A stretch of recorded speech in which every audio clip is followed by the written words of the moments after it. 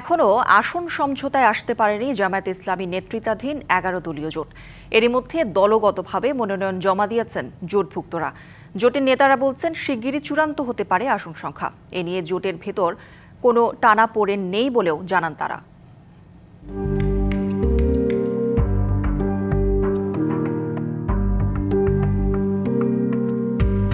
আসন্ন ত্রয়োদশ জাতীয় সংসদ নির্বাচনকে ঘিরে জামায়াত ইসলামী, ইসলামী আন্দোলন বাংলাদেশ সহ সমমনাদের নিয়ে ৮ দলীয় নির্বাচনী মোর্চা গঠন করা হয়। নির্বাচনের আগে গণভোট, জুলাই জাতীয় সনদের বাস্তবায়ন সহ ৫ দফা দাবিতে মাঠে নামে জোটটি।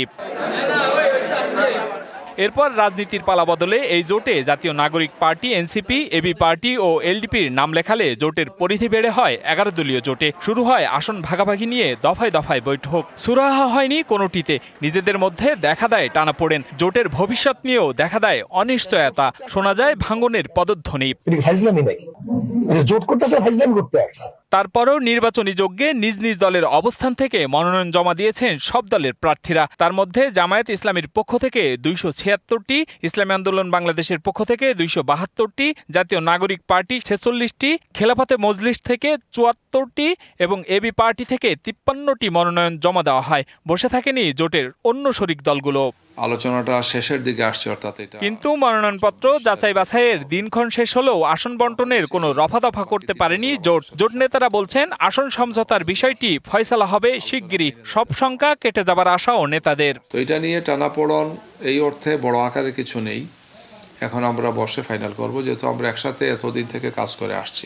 এই জন্য আসন নিয়ে আমার ধারণা আমরা সেটেল করতে পারবো। কালার এক্সপার্ট, জর্জ স্যাপ এবং মাইল্ড অন হ্যান্ডস টেকনোলজি সমৃদ্ধ অরিক্স ক্রিস্টাল ওয়াশ আপনার লন্ড্রি এক্সপার্ট।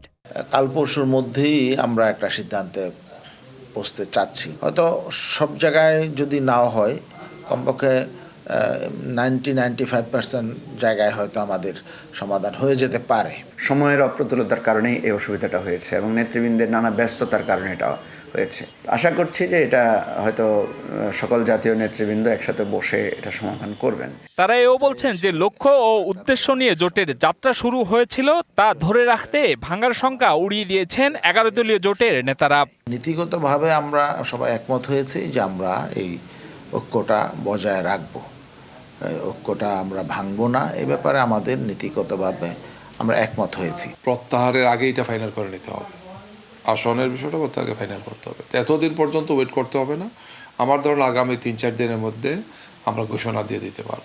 আমরা তো একসাথে জুলাই অভ্যুত্থান করেছি, দেশের স্বার্থে আমরা একসাথে হয়েছিলাম, একসাথে বিজয় অর্জন করেছি এবং দেশকে এগিয়ে নিতে হলে একসাথেই কাজ করতে হবে। তবে শেষ পর্যন্ত ভোটের নানামুখী চ্যালেঞ্জ মোকাবেলায় ১১ দলীয় জোট তাদের অবস্থানে অনড় থাকতে পারবেন কিনা তা নিয়েও রাজনীতির মাঠে রয়েছে জল্পনা কল্পনা। ঠিক আছে, আমরা এডুকেশনটা বা health. Hasan Al Mamun, DBC news, Dhaka.